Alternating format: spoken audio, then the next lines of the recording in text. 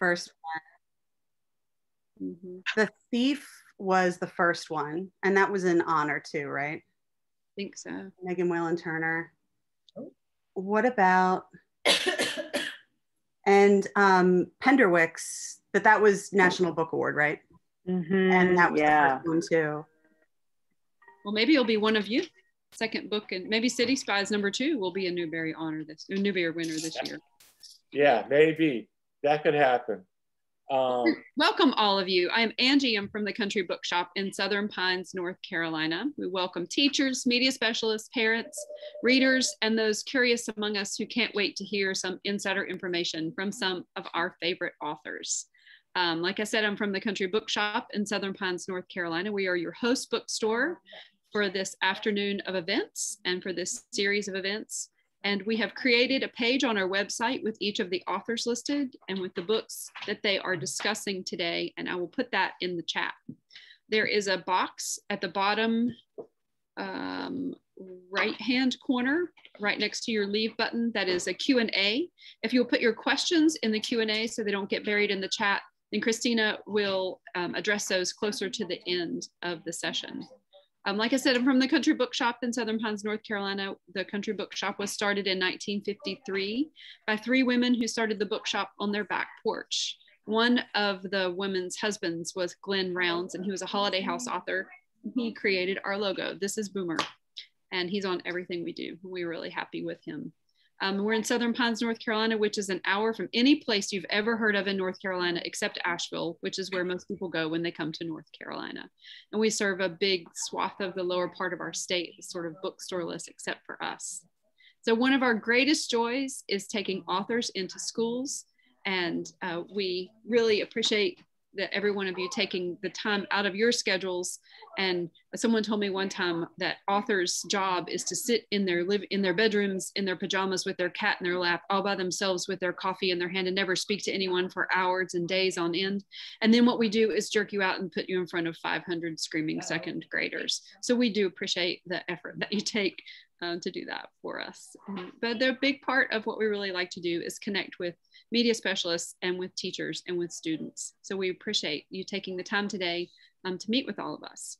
And Christina Diaz Gonzalez is our moderator for today. So Christina, we will turn this over to you. Hi, thank you, Angie. Hello, everyone. My name is Christina Diaz Gonzalez. I am the author of several books, including the forthcoming in October, right there, big poster, Concealed. And I am your moderator today, and I have the pleasure of being with some amazing authors as well as good friends. And let me first just let you know who we are. We're the Renegades of Middle Grade.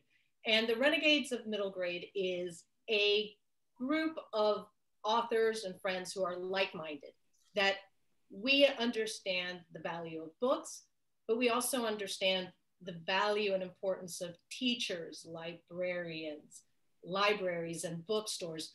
And we want to make connections with all of you. And that's where the idea of this summer series came from, just making that connection over the summer and letting you know a little bit about the process of writing a book.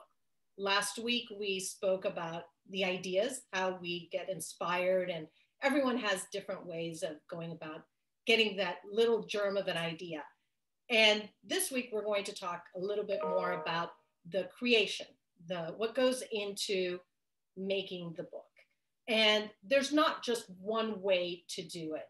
Every author has found what works for them, whether it's starting to dive in or planning it out. And it actually makes authors like to separate themselves into 2 categories called the plotters and the pantsers. The plotters are those people that, to my dismay, post on Facebook and Instagram these amazing charts with color-coded cards, and they have everything planned out. And I think James Ponti may try to show off something that he has. I see him going off screen for a moment, so I already know where he's going with this. Showcasing how they planned out their entire book and then they go about writing it. Then there's another camp of authors, myself included, that were called pantsers. and we write by the seat of our pants. We don't know that thing. I don't know what that thing is. We write by the seat of our pants. We have an idea, and with that idea, we just start diving in and writing and see where the story just leads us. And so today, we're each going to identify ourselves as plotters or pantsers, and then we're also going to talk a little bit about how we go from just having that idea into the actual creation of the book, the plot, the characters, the setting, the research, and how we start. And so with that idea, I'm going to go ahead and introduce our first author, who I am actually reading her wonderful, amazing book. It's Erin Soderbergh Downing, and her new book is When Life Gives You Lemons, Make Peach Pie. It's part of a series. And Erin, if you want to take it away and identify yourself as a plotter or a pantser, and tell us how you actually started writing. Yeah, I will. So hi guys, I'm Erin. I did in fact write this book, which is the first in a series. I just started working on the third book in the series. So the basic concept behind this is it's a family who find out that they have just gotten $1 million from the sale of their late mother's invention. And in the first book, decide to buy a used food truck and travel around the country selling pies. I don't have a lot of stuff with me today because I'm actually at the lake, which is why I have a weird background. I am a planner. And I'm mad at James right now because I'm going first, and I was all excited to show my color-coded note cards, and he jumped in and stole my thunder. So I used to be a pantser, and I would just get a basic concept, and I would just kind of start writing and see where the journey took me. And what I found out is I'm really good at ideas, and I'm really good at developing characters, in part because I steal all of my characters from people in real life. And with the Great Peach Experiment specifically, there's 3 kids in the Peach family, and there just happen to be 3 kids in my family, and each of them is very much like one of my kids. So I stole that from real life. But I find that my books just kind of wander. And I always describe a story, whether it's about a journey like mine, where they are in fact on a trip, or it's about people who are just sort of sitting around. Every book is a journey. It has a beginning, an end, and stuff has to happen along the way. So I always map out my story generally with this. So I have sort of this plot grid, and I'm going to pull up my favorite book on plotting.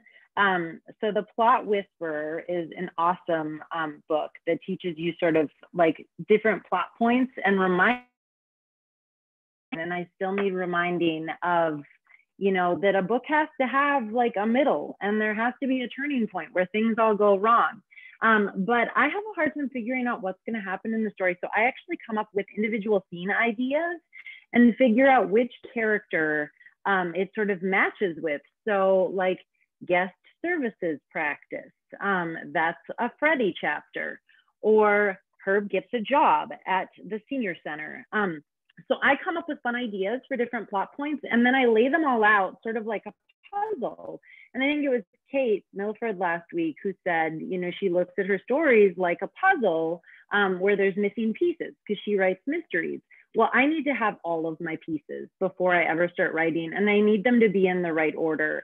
Otherwise, I get super lost, and it's like going on a road trip without any kind of map. You would have no idea where you're starting, no idea where you're ending. And honestly, I mean, while it's fun to sort of discover exciting stuff along the way, you have to have some sense of where you're going. So that's really how I plan my books, and that's how I plan The Great Peach Experiment, is with these individual cards, and then I plot it all out on here, and I make one of these for each character, and then I make one for the family and the journey as a whole, and I lay them all out and make sure that they all fit sort of side by side, and that there's enough going on for each character, each side character, and then the adventure overall. So I am very much a planner, and I'm excited I got to talk about it before James, because I think he's coming next, and now I won't look so schlubby having just my pile of messy cards sitting here, because his are all mounted and pretty and probably laminated, but we don't have to talk about that. Well, all right, so moving on to the next person. Well, speaking of James, so we are going to go to James Ponti next. James Ponti is the New York Times best-selling author of City Spies.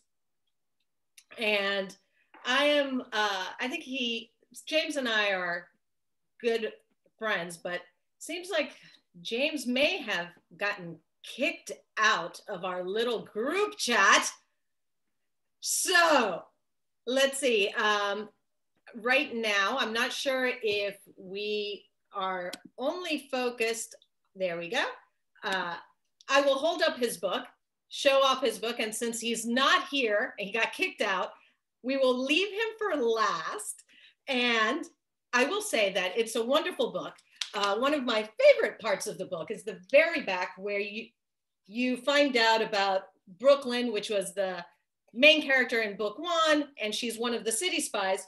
Her code name, I think he bought me off with this, is Christina Diaz. So, you know, I kind of made it into a James Ponti book. I mean, that's some level of success right there. And since James is gone, we are going to go next to across the pond to Miss Elizabeth Eulberg, who is in London with no AC, unfortunately, but surviving somehow.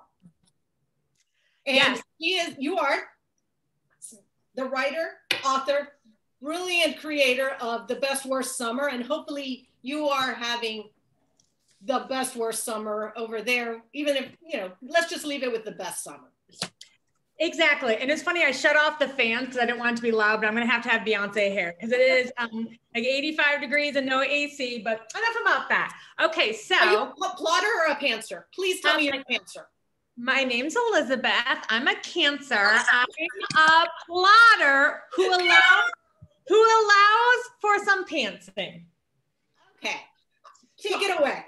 Yeah, so I need to know kind of where I'm going, especially with mysteries. I have this Great Shelby Holmes series, and I need to know every red herring before I start writing this book. But this book, The Best Worst Summer, the idea I had was I wanted a girl to find a time capsule that was buried in her backyard, and I wanted the book to go between present day, and then I decided it was going to be 1989. And what I started with that is I always start with characters first. But with this, I had to start with the when. Because I talked with a lot of parent friends about the differences between being a kid now versus being a kid in 1989. And there are a lot of changes. So a lot of my plots started with what were the items going to be in the time capsule. And it was kind of fun because I knew I was going to put things that kids wouldn't know about, weird plastic things that when the protagonist, Peyton, found them, she wouldn't actually know what they were, like a cassette tape and like a roll of film. Like, what are those things? But also other things. So I just started with that. And I also use index cards, but mine are in storage in New York. But what I did was I used different colors because I had to come up with 2 different storylines. So I kind of had to figure out like, okay, well, what's the deal with each character? And I decided that present day character was going to start with, this is the worst summer ever. And 1989 character was like, this is the best summer ever, and have them kind of go from there. And so what I did was I used like index cards, and I had different colored ones. So I had a certain color from 1989, a certain color for present day. And I like doing that because I like seeing everything kind of on a table. And I'm glad I go before James, because James is going to lie to you. Look, you sit down now. I'm going to, yeah, so basically what I do is I kind of just figured out like when I was going to decide that the reader was going to discover something that happens in 1989. Was she going to find out from the character discovering it in present day or 1989? And so the plot, I knew kind of when things would be discovered and when certain things would be figured out. But when I say that I'm a pantser, there are certain times that I allow for like little side like distractions to happen. For instance, I was on a writing retreat and everybody just sees me go, ah, and like I went like this and they're like, what's going on? And I At that moment in time, I realized there was going to be a certain character from 1989 who's going to show up in present day because it's a small town.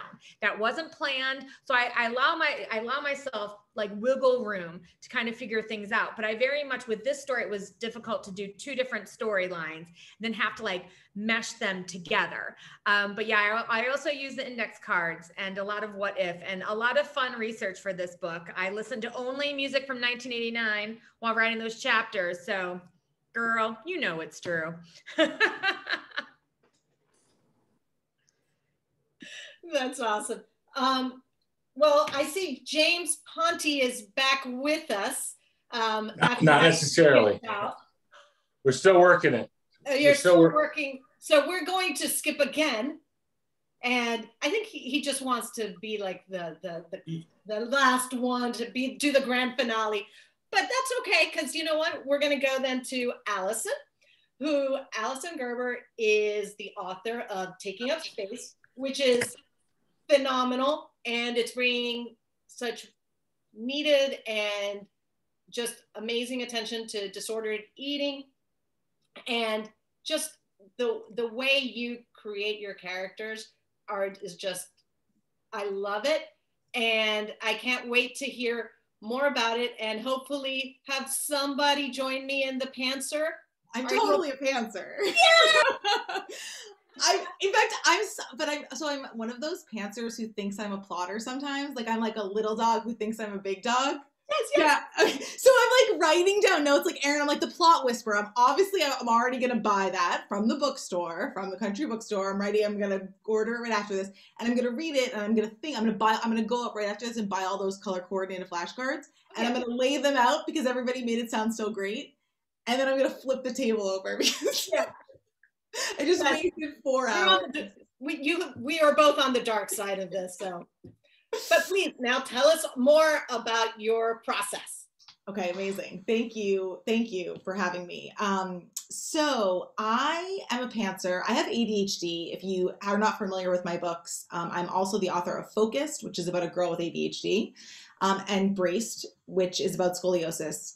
So all of my books, including Taking Up Space, are based on my own experience. And what I mean by that is I start with my own emotional arc. I usually start with one emotion that is really irking me that I want to think about for like 2 years. And in the case of Taking Up Space, the feeling was shame.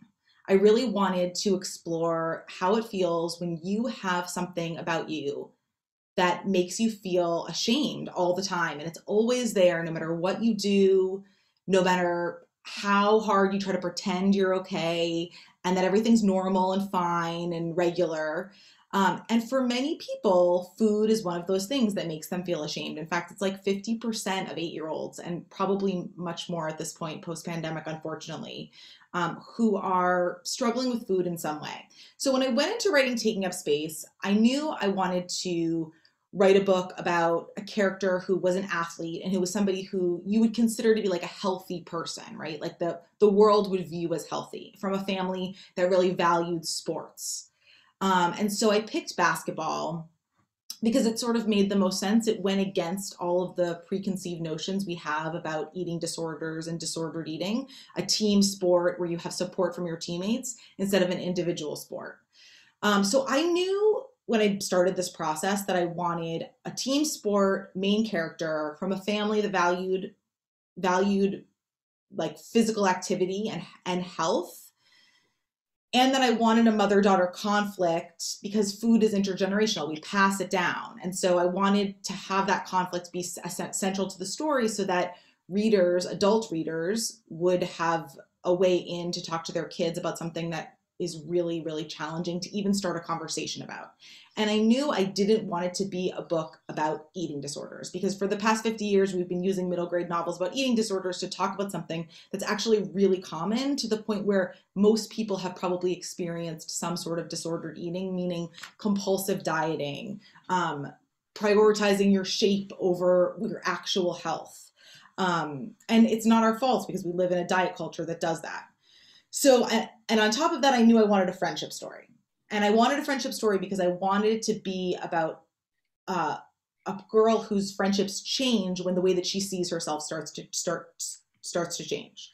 So Sarah is a basketball player. She goes through puberty. That's sort of how she sees herself, how she identifies herself. And as her body starts to change, the way she sees herself starts to change. And then all of the relationships sort of fall around that. So that's really how I build every book, is with character. I sort of put the people in place and the story I want to tell, and then I layer in things. And the only thing about my pantsing that I'll say is that I always know what's going to happen at the end of the book. So I know where I know where all of my characters are going, and I know nothing that happens in the middle.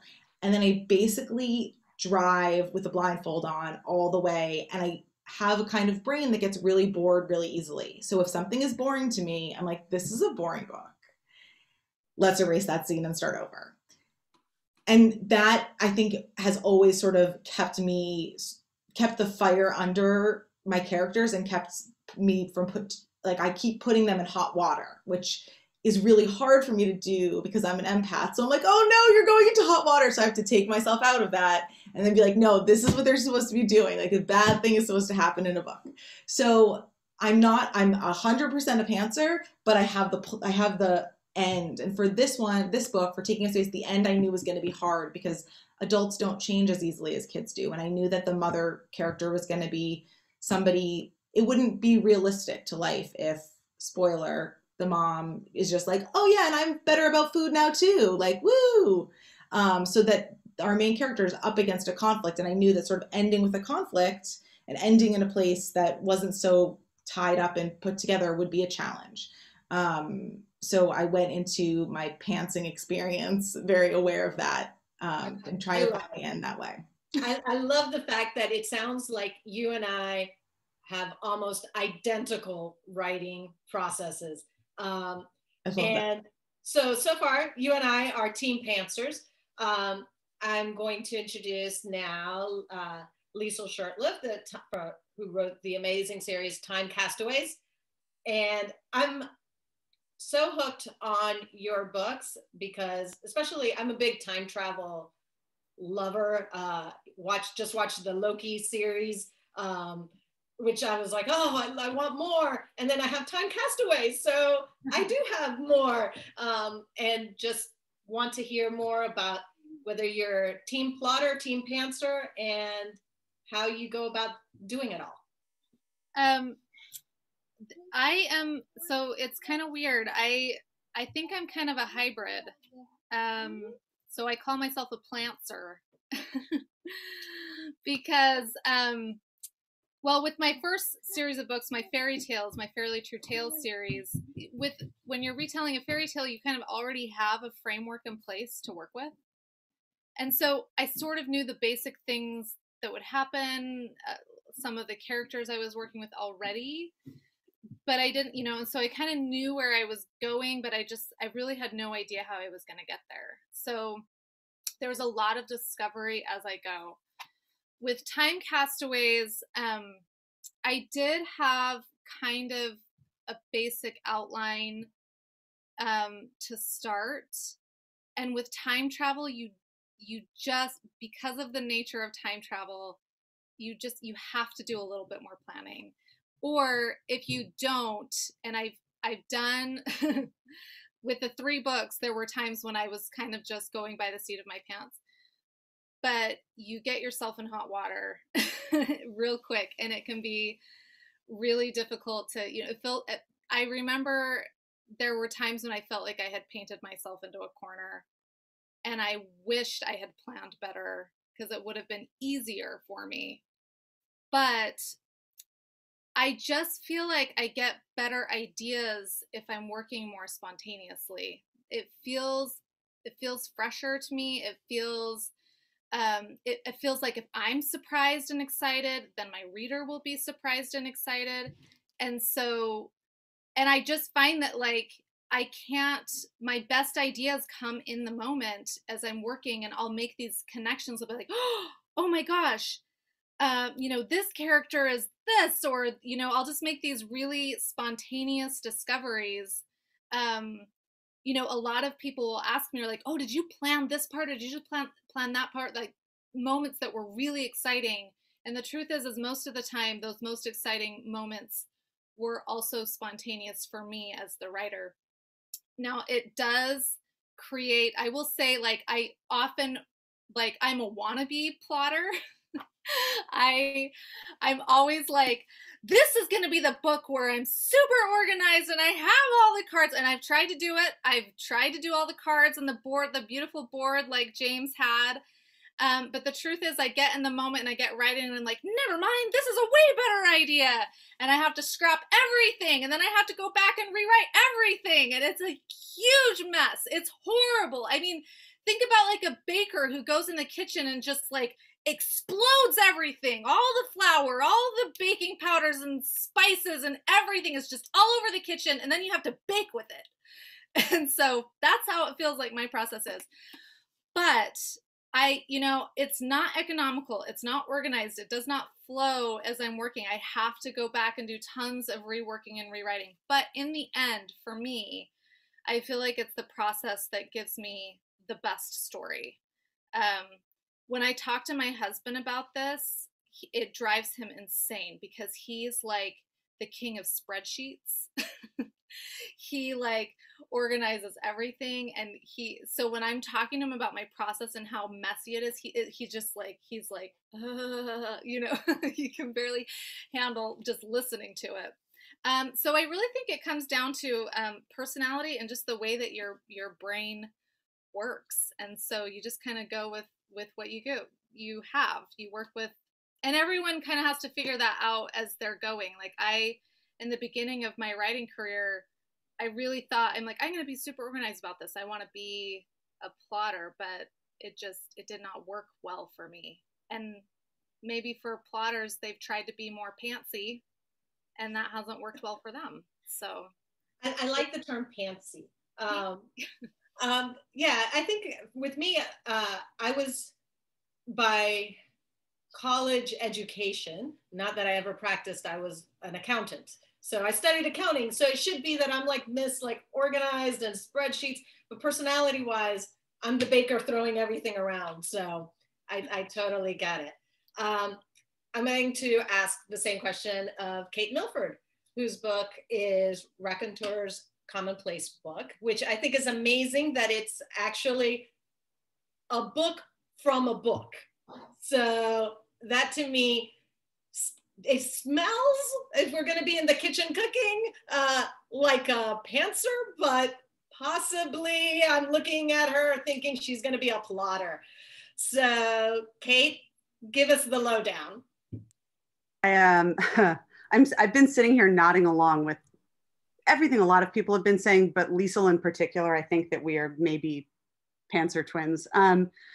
Yeah, you would think so. Okay, so this is Raconteur's Commonplace book, and if you have read by chance Green Glass House, this book is mentioned in this book. It's a book of folk tales from the city of Nagspeak that one of the main characters reads, and that would kind of imply that I knew what the heck I was doing or had made a plan or anything.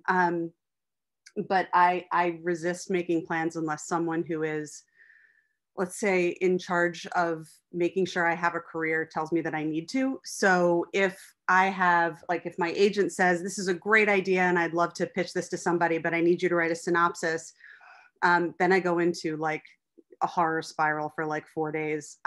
I much prefer to sort of figure out where I'm going as I'm going. And part of it is, I feel like Liesl said a lot of the things that I normally love to say. Like I like figuring things out as I go. I like being surprised. I like to have some of what I hope my readers will have, like the joy and the surprise, and to make unexpected connections.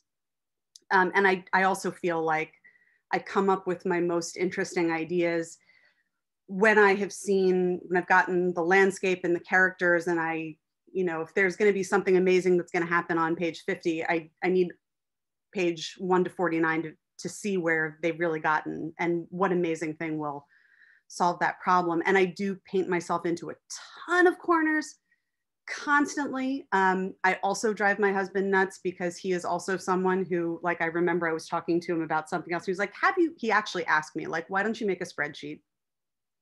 I'm like, oh dear God, I did. it was hell. But yeah, for this book, I think the thing, because I write a lot of books that are in a shared universe. And so one thing that I do have in terms of planning is I tend to leave myself little breadcrumbs in different books.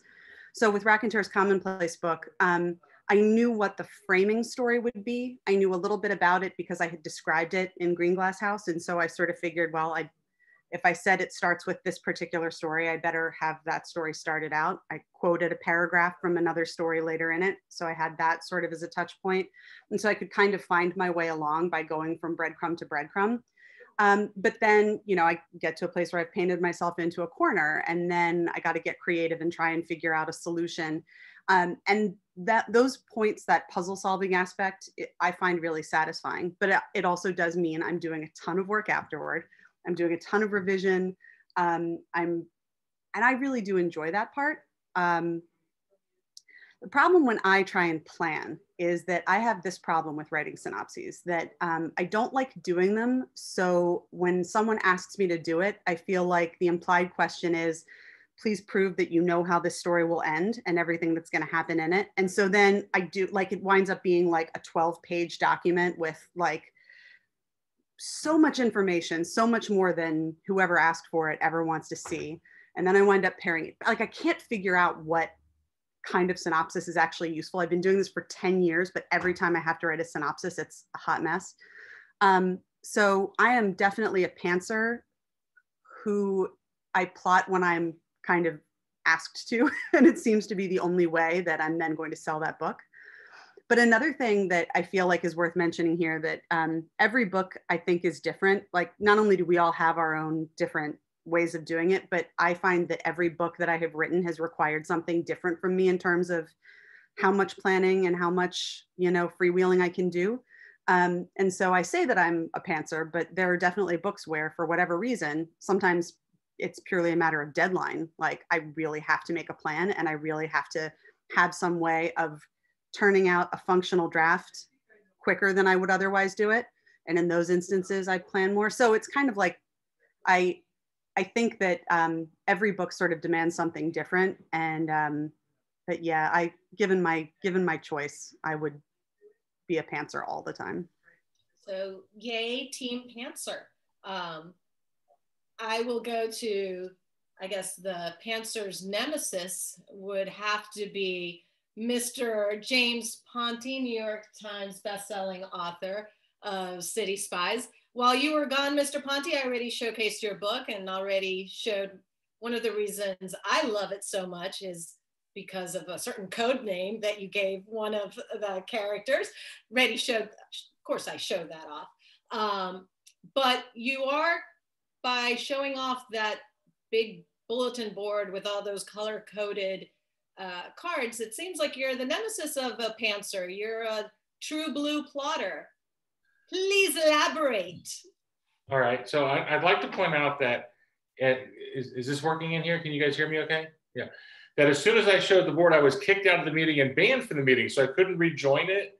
And I couldn't, you know, I ran multiple computers around the house, so now, and it never dawned on me that, because this is a laptop, I could take this downstairs. So I, one by one, have been carrying everything from downstairs up here, which is much heavier than the laptop would have been to carry down there. So I'm not a smart person, so maybe you shouldn't take my advice. Couple things. So let me start with this. And I'll probably be banned again. All right. All right, so this is City Spies 3. Every chapter, color-coded by character. Okay. And it's a huge lie. This is a complete and total lie. I made it after I almost finished the book. And I was just trying to figure out if it made sense so I could figure out the ending, because I thought maybe if I went and actually for once made a plot, it would help me, and it helped me find the ending. Not at all. So I only keep this around to show off in Zoom sessions, and today's the last one where it's relevant, so I will throw it away. Like, it should have been done long ago. I am in the Liesl School of Plantsing. I start with a little plot, but I don't want to do too much because I feel like, first of all, you know, let's say you spend 6 months writing a book. if you really are a hardcore plotter, in my mind, and I'm sure that's not the case, I'm sure smart people are the ones who plot. In my mind, if you're a hardcore, that means you came up with all the good ideas in like a 1 week period instead of over the 6 month period, as you're really living with these characters and instead of making decisions to try to get through an outline. So my outlines, when I do try them, start, and there will be like 4 pages describing the first page of the book. And then there will be like 5 pages describing the next 130 pages of the book. And then there will be 1 page that describes the last 150 pages of the book. And I had a meeting with my editor the other day for City Spies 4, where the character named after Christina might have some problems to get revenge for kicking me off the meeting. And I literally said, and then, you know, the big finish. The big finish was like my way of saying, this is the last 140 pages of the book. I have no idea what it is. So I would like to plot. I would love to have ideas and be that clever, but I'm not. I have spent the last 15 years up until last August working for the Golf Channel, which was perfect because I don't like golf, I don't play golf, and I have no intention of ever playing golf. But I did hear enough to learn that there are 2 types of golfers. I think this is relevant because there are some who, this is when we would interview the very top golfers, not recreational. Some who go to the practice range and practice bit by bit, and some who practice by going out and playing. And I think that's what it is with us. I think for a lot of us, the fun of it, the skill of it, the whole excitement of it is in the writing. And so as long as you can do it, the more writing you can do, the better it feels. Although sometimes you end up in situations you wish you hadn't. You end up in places where, you know, wow, if I had planned ahead, I could have made the last 100 pages a lot easier. I love mysteries. I love surprise endings that afterwards feel like they were totally the only possible ending. I don't like surprise endings that feel like they come out of the blue. And from a movie standpoint, maybe the greatest version of that was an old 70s movie called The Sting with Paul Newman and Robert Redford. The Sting has the most amazing, it is such a good plot that actually the first 2 times I watched it, separated by a couple of years, I actually fell for the big trick both times. Like I got so caught up in it, I forgot. And as it happened, I was a screenwriting major in college, and I was picked to go to this dinner with the guy who produced The Sting, and we're having this dinner, and he's teaching us, a group of us, how to pitch movie scripts, and he told us how The Sting was pitched. And if you've ever seen it, there's all this great stuff that happens for an hour and 45 minutes, and then you have no idea how the characters are going to make it. And the guy pitched the script, and he got to that point, and the producers that were thinking of buying it were leaning on the edge of their seat, and they said, well, what happens next? How does it end? And the writer, encouraged that I doubt any of us could ever come up with, David S. Ward was the writer, he said, you have to buy it to find out the ending. And they said, what? They go, if you want to know how that story ends, you have to buy it, and then you'll get the ending. And it works, because they were so determined to find out. They wanted to know. But Tony Bill, the guy who made the decision, said to us, he says, I honestly think he hadn't figured it out yet. And he didn't want to admit that to us. And so he covered his lack of confidence, like Kate's talking about. You want to prove that I can do it, with just the boldest thing that a writer could ever say to a producer, and it worked. So I think there are a lot of great pantsers out there, and I'm proud to be one of them, even though Christina doesn't want me to be part of her team. But yeah, so I have a little plotting. Now I will say, in a mystery, I do have to know the very end, and it's early enough to get to it. I can't just make up a conclusion that solves everything without having kind of known that for a while. And I will always accept Team Ponti or Mr. Ponti on any team I'm on. So I guess obviously I have revealed that I am 100% Panther team. I not only am Team Panther, I've once tried to be a little bit of a plotter, and I ended up not writing the book because by the time I plotted it out, it just felt so forced. I couldn't do it. What usually happens for me is I get an idea for usually it's the overarching plot. And I know my ending. I kind of know this big idea concept. Like for Concealed, right there, coming out, I knew that it was going to be a story about a girl who believes she's in the witness protection program, is moving around, her and her family's identities are being changed, and she's living this life of lies until she discovers that she's being told the biggest lie of all by her parents. And they aren't part of the witness protection program. And there's another life-altering reason why she's moving around and her identity is being changed and all of this. And so that was the big idea. And then I just waited. I just wait until a character shows up in my head somehow and says, hey, by the way, you want to hear the story? And the character in my imagination starts telling me the story. So I end up becoming the reader / listener, discovering this story, as well as the conduit who is writing it. So sometimes if I get too ahead of myself and I'm writing what I think should happen next, all of a sudden the characters seem to do this big 180 and take me off in a different direction. So for me, I've kind of discovered that I have to go on the journey as if I was a reader. And as I'm the reader guessing what's going to happen next, those are the twists and turns that I love to throw in as a writer, to surprise the reader in me and the hopeful reader that's eventually going to read the story. So it is kind of like that baker just throwing everything around. I know I have a picture in the cookbook of what the cake is supposed to look like. I'm just kind of throwing things in there, and I keep testing and tasting to make sure it tastes really good. But sometimes I think I'm starting off with like a, chocolate chip cake, and it turns out to be like a rainbow swirl cake that's equally good, but totally different than what I had imagined. So I am pretty extreme pantser, as you would, I guess, classify me. And so it seems like right there, we have shown a wide range of plotting and pantsing from all of us to prove that there's not one way, there's a multitude of ways. And just like I love twists and turns and surprises in all the books, as much as you might have a wonderful plot, you have to have characters that you care about. And we've kind of been talking about more plot, the pantsing and the plotting of getting the story out there.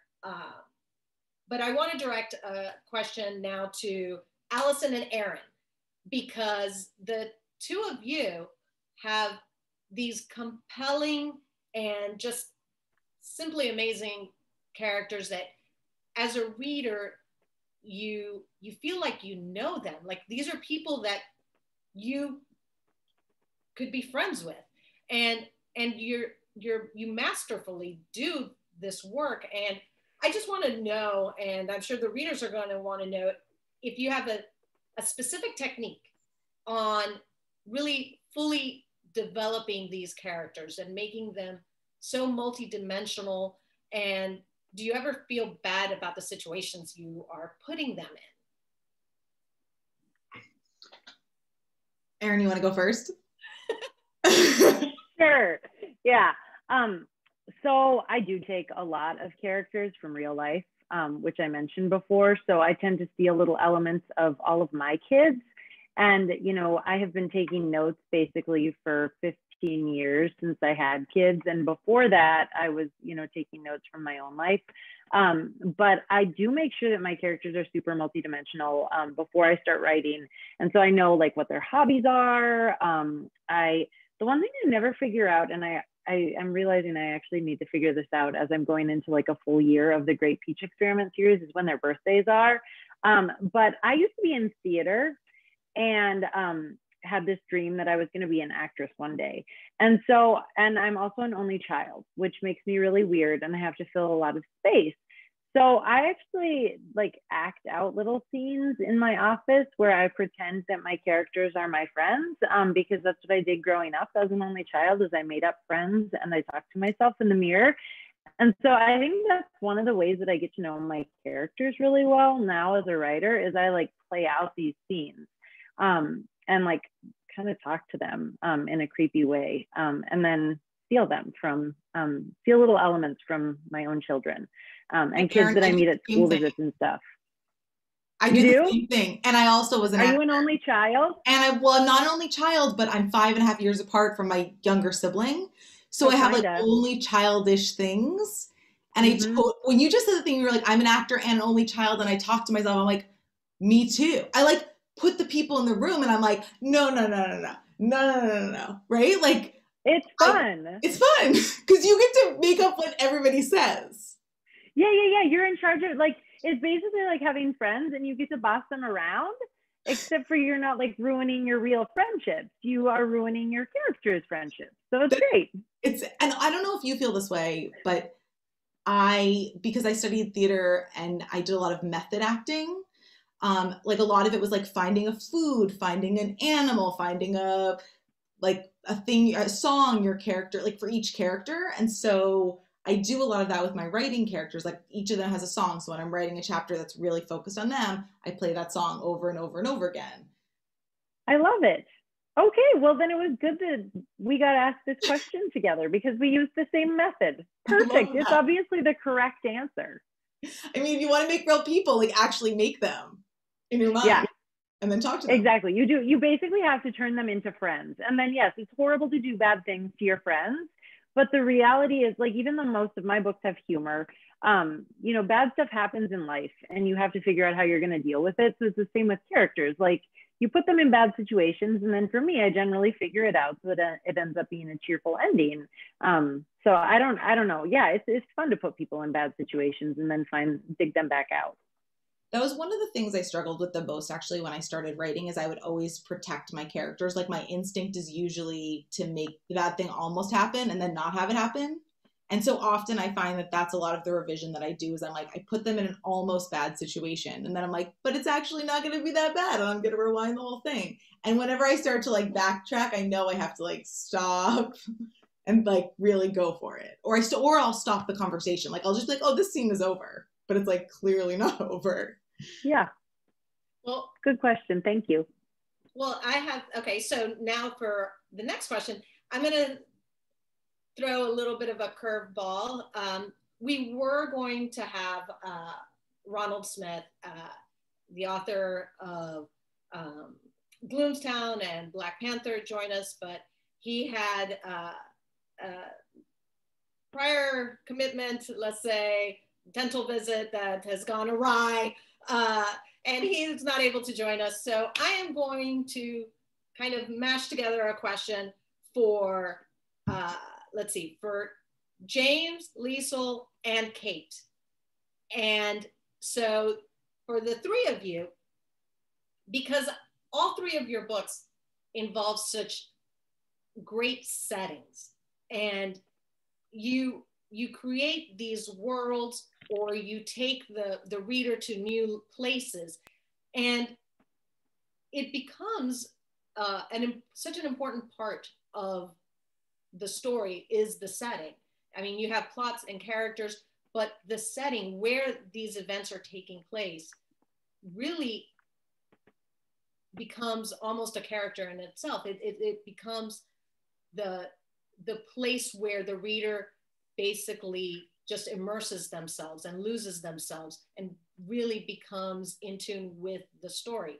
And I want to know how each of you basically weave that important fact, that important aspect of a novel into your stories. Is it something that you do while you're writing? Do you go back and layer it in afterwards? Or is it something that's just organic and it comes into play as you're writing?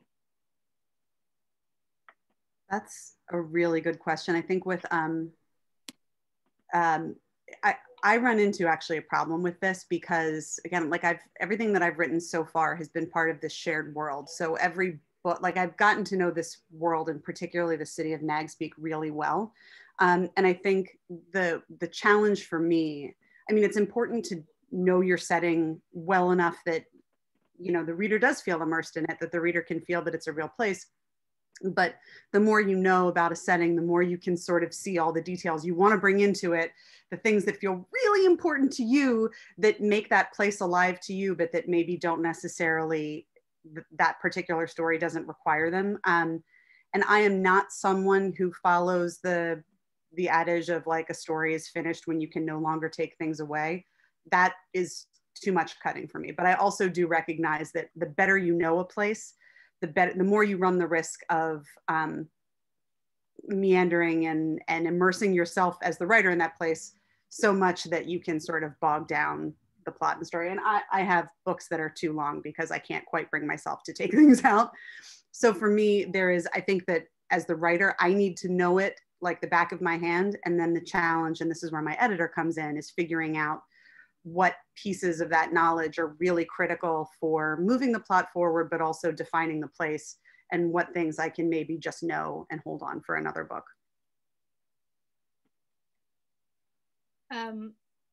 I do an incredible amount of research for the settings in Time Castaways of this series. I mean, a lot of it is historical because they're time traveling. And so, and of course, I'm including places that I've never been. Some places I've been, but I had to do so much research and watching. I would watch movies that were set there, or documentaries, or some. You know, there's like museum settings, and if I could, I would go to the museums. The Metropolitan Museum is a setting, and I actually, when I was in New York one time, and I had already written a draft of the book, but I went to the museum, and I had been there before, but so I kind of had a visual, and I was looking at maps online, but when I went and was actually there, I ended up changing some of the scenes based on what I was experiencing at that time. And so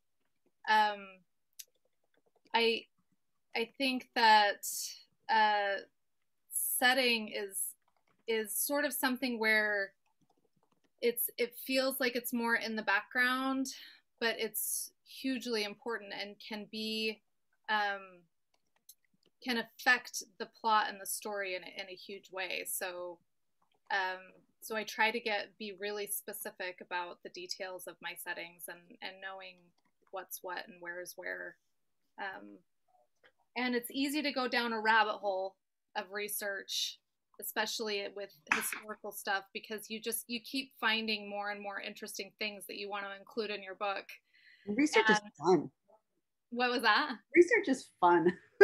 It's really, you wouldn't, like, I never thought I would enjoy research. I'm like, research, too academic, you know? But it's amazing how research feeds your creativity. You just keep getting more and more little tidbits that you're like, ooh, this could turn into this, and I could use this point, because there's so much blank space in history, and that's where the fun happens, when you can see, like, well, we don't know what happened at this point exactly, and that's where in fiction you can be like, well, I can tell you. I can make it up. So yeah, research is lots of fun. I'm kind of at the other end of the spectrum from where Kate's writing a fictional world that she's created, and Liesl's writing a real world with these fantastic elements of time travel and things like that, and going back in history.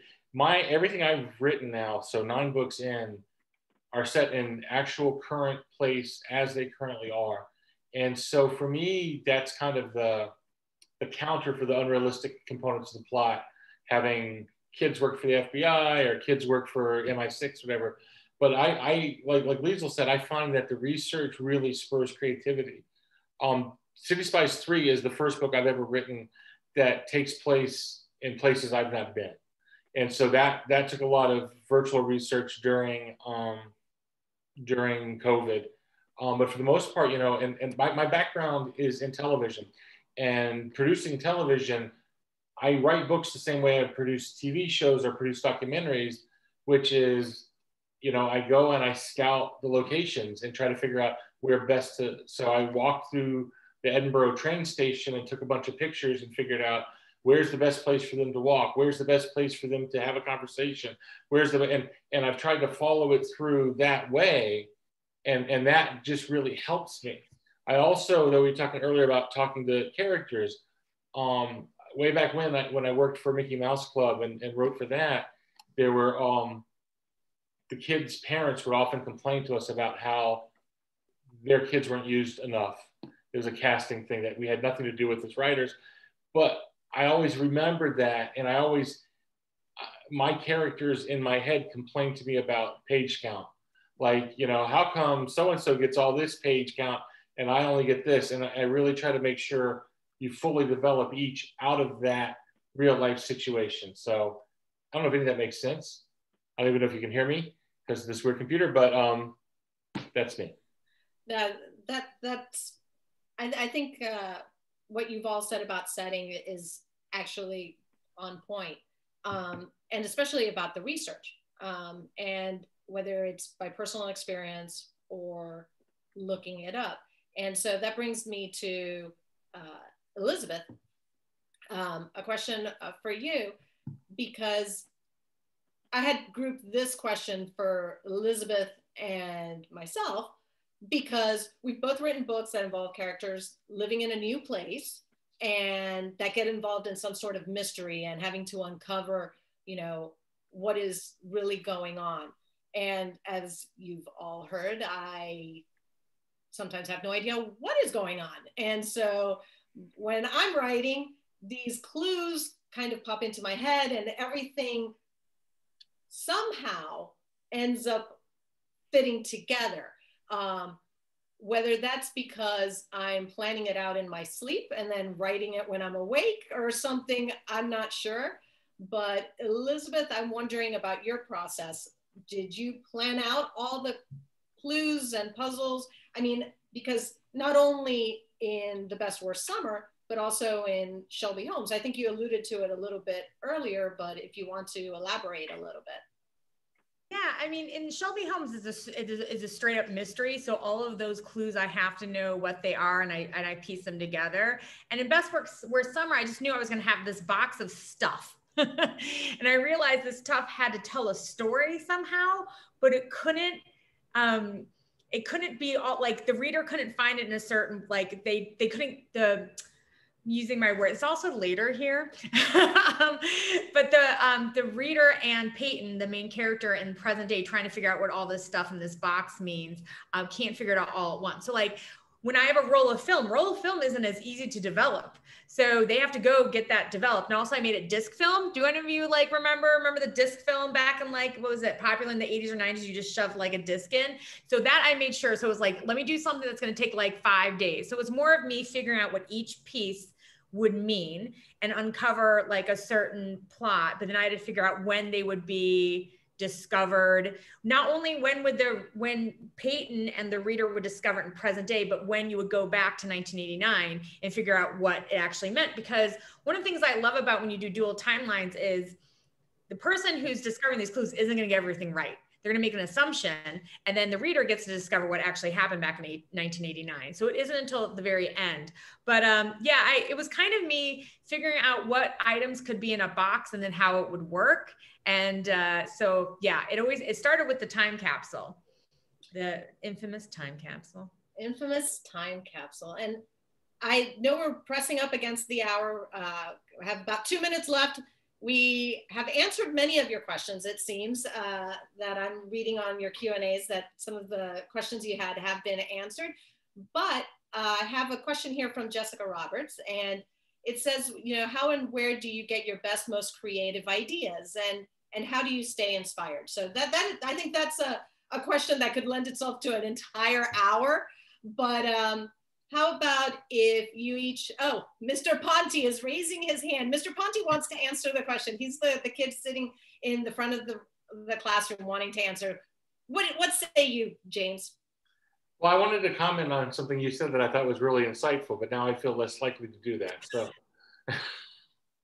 no, one of the things I think you alluded to, and yes, you're a pantser, but I've ridden in cars with you where we've talked about plot. I have done that with, I've hung out with Elizabeth talking about plot, with Erin, with Liesl, with all of you pretty much. And plot and character and book ideas, all in one. And I think where good ideas come from, and the answer to a lot of these questions are, you're never not writing when you're writing for a living. When you're writing with the seriousness, it is day and night, while you're cooking, while you're driving, while you're sleeping, while you're watching a baseball game. Nothing shuts it off. And and then every now and then, my wife will look at me like, are you paying attention to the world? And it's because I'm trying to solve one of these problems. So when Christina says that she doesn't plot, there's a part of me though that knows that in the back of her head, she knows a target and she's always working on that, whether she puts it on paper or not. And good ideas are going to come anywhere. Sometimes they come in conversations, and that's why it's great that we have each other as friends to talk to at times and say, hey, what about this? And what about that? And all of a sudden something new comes up. So there are lots of places. I do have a target. It's sometimes a moving target. Little plug there. Will someone please buy her book? Just click the link and buy it. I will send you your money. No, I can't say that because then I'll get emails. No. So I will, I think we're at the 5 o'clock hour. We're about to wrap up. I will have one more question for each of the authors. If you can tell us in one short elevator pitch, tell us what, if you have a work in progress, and if you can sum it up in just a couple of words, what it is. And maybe we could go to the gallery and we'll start with Elizabeth. Yeah, mine's easy. Mine is a new middle grade series that is scary and silly. All right. How about Liesl? I'm working on a middle grade ghost story based on the Jack and Jill nursery rhyme. Kate? I am working on a graphic novel series about pirate capybaras who want to be privateers and sail for their country. James? I am about to start writing City Spies 4, working on a new idea, but my favorite thing right now is I'm reading Elizabeth's new plan, the thing she's talking about. I'm reading a copy of it, and it's really good. Erin? I'm working on revisions for a middle grade novel called Controlled Burn that comes out next year. It's about a girl who spends the summer working in a fire tower with her grandpa, and it's feeling really present right now because we have like major forest fires happening here in Minnesota. So, and I have I'm the work in progress that I have. That's a book that will come out after Concealed, and it is a book about the Mariel boat lift of a young boy coming from Cuba in 1980 during the Mariel boat lift. And so with that, I think we are going to go ahead and wrap it up. It's 5:02.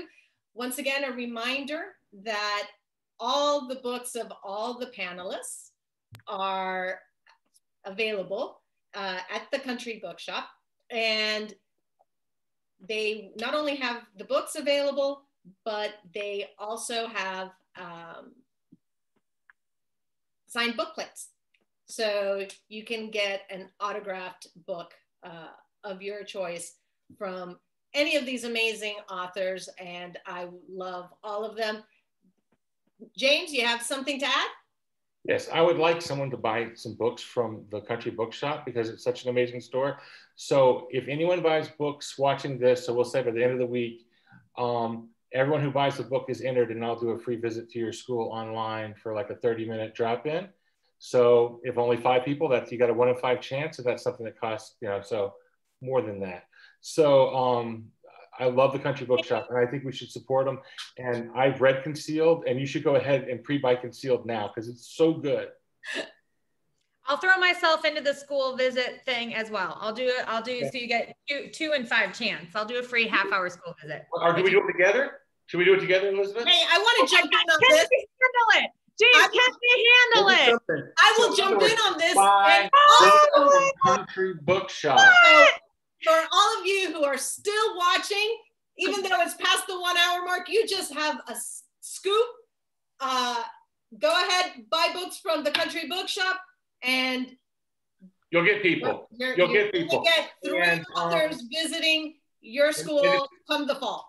If you're watching this online later, that counts. We're going to say at the end of next week, at the end of our summer session, everyone's entered that buys a book from the Country Bookshop of one of us. Buy Elizabeth's book too. That's a good one too. All right. Thank you. All right, everyone.